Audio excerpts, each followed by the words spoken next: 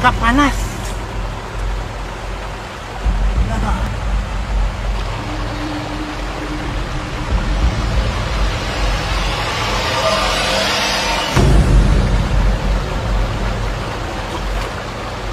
Siram mandi. Engkau ya darah anuan kamu. Gimana itu cerita Engkau malam dan siang.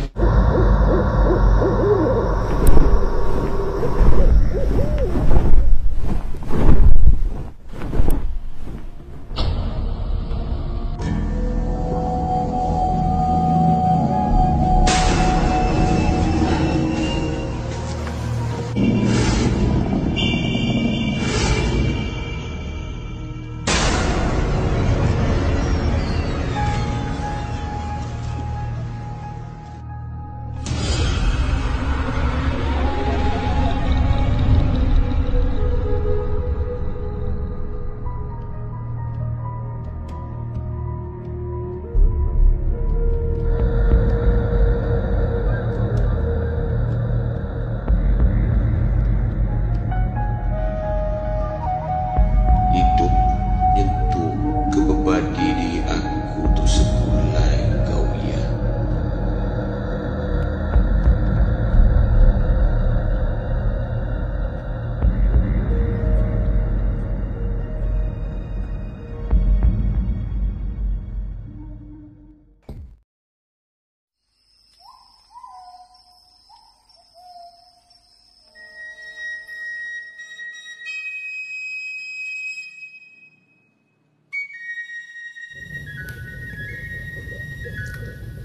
Mandau.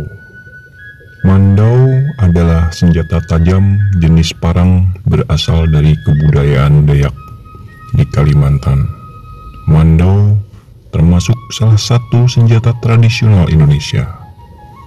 Berbeda dengan parang biasa, mandau memiliki ukiran-ukiran di bagian bilahnya yang tidak tajam. Sering dijumpai tambahan lubang-lubang di bilahnya yang ditutup dengan kuningan atau tembaga dengan maksud memperindah bilah mandau. Di beberapa budaya, di beberapa cerita legenda Kalimantan, nama mandau terbagi dua versi.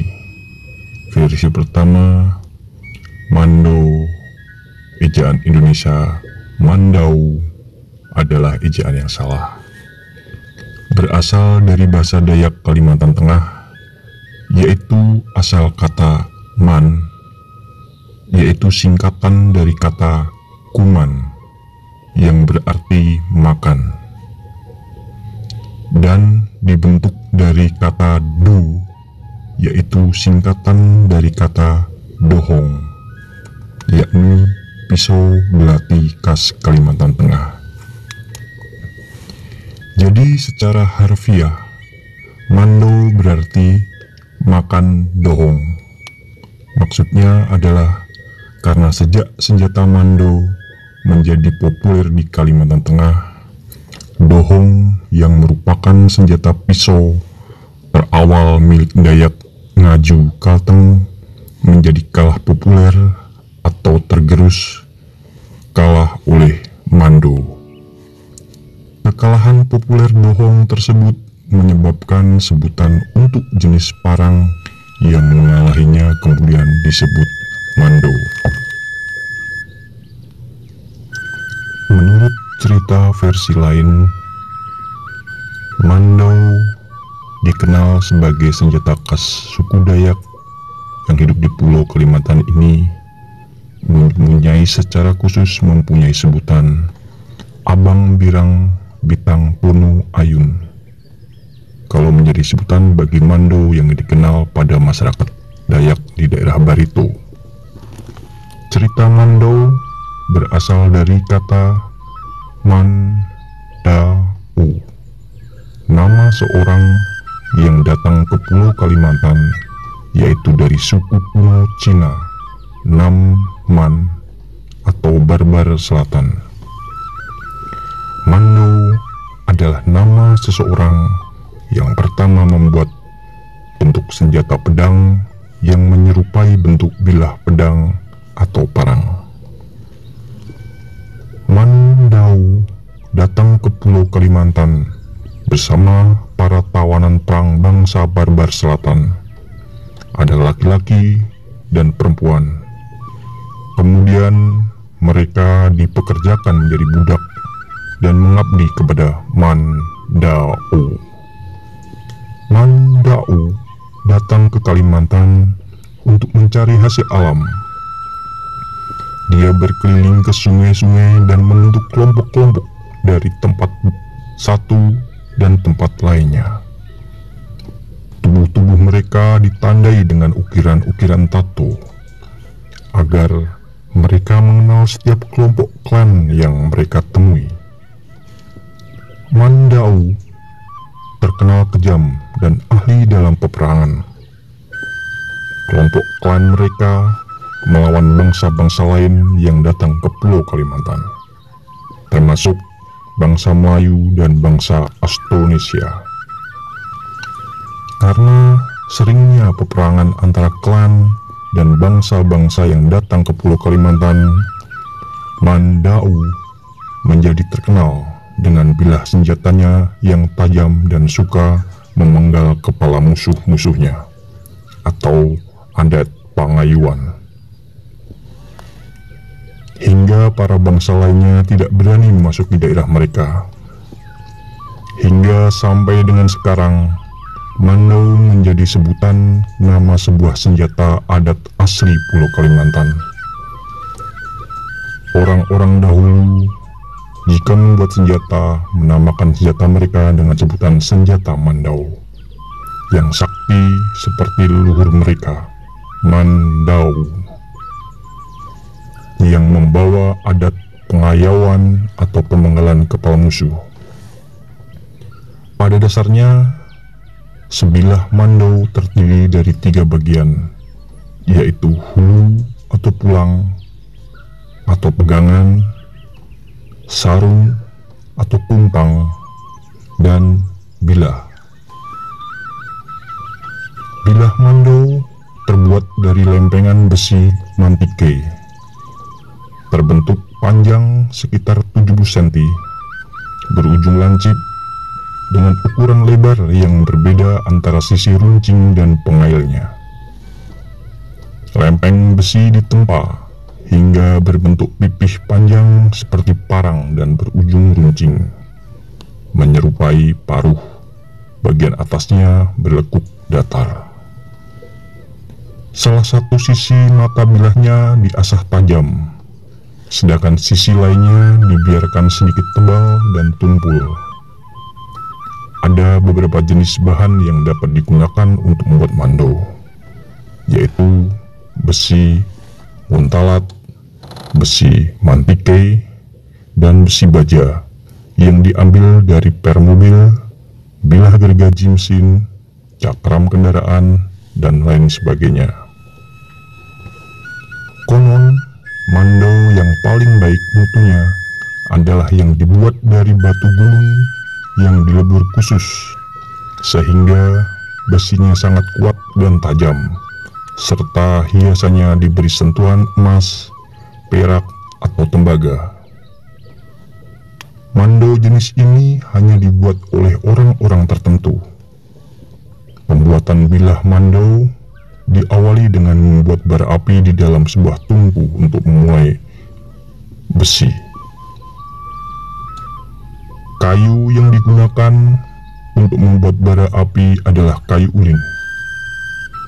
Jenis kayu ini dipilih karena dapat menghasilkan panas yang lebih tinggi dibandingkan dengan kayu lainnya. Setelah kayu menjadi bara, maka besi yang akan dijadikan bilah Mandau ditaruh di atasnya agar memuai. Kemudian ditempa dengan menggunakan palu. Penempaan dilakukan secara berulang-ulang hingga mendapatkan bentuk bilah Mandau yang diinginkan. Setelah bilah terbentuk, tahap selanjutnya adalah membuat hiasan berupa lekukan dan gerigi pada mata Mando serta lubang-lubang pada bilah Mando. Dalam kepercayaan masyarakat, ambang bilang Bitang Puno Ayun, Kayo, harus dirawat dan disimpan dengan baik karena memiliki kekuatan spiritual yang mampu melindungi pemiliknya.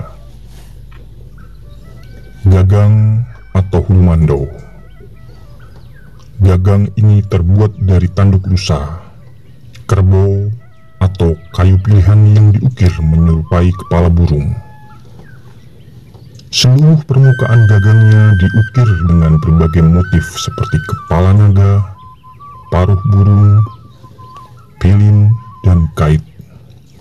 Pada ujung gagangnya ada pula yang dihiasi hiasan berupa bulu binatang atau rambut manusia atau kayau. Hiasan rambut pada Mando ini dipercaya akan menyatukan roh orang yang telah terbunuh tetap menyatu dengan Mando tersebut. Hiasan rambut pada hulu Mando sekaligus menunjukkan berapa banyak orang yang sudah dikayo dengan Mando itu menurut legenda lain. Itu semakin banyak orang yang dikayo, maka kesaktian pada Mando juga bertambah. Dan menurut versi cerita lain, untuk menandai berapa jumlah korban, ada yang dipahatkan pada bilah Mandonya. Bentuk dan ukiran pada gagang Mando ini dapat membedakan tempat asal Mando dibuat, suku, serta status sosial pemiliknya. Sarung Mando. Sarung Mando biasanya terbuat dari lempengan kayu tipis. Bagian atas dilapisi tulang berbentuk belang.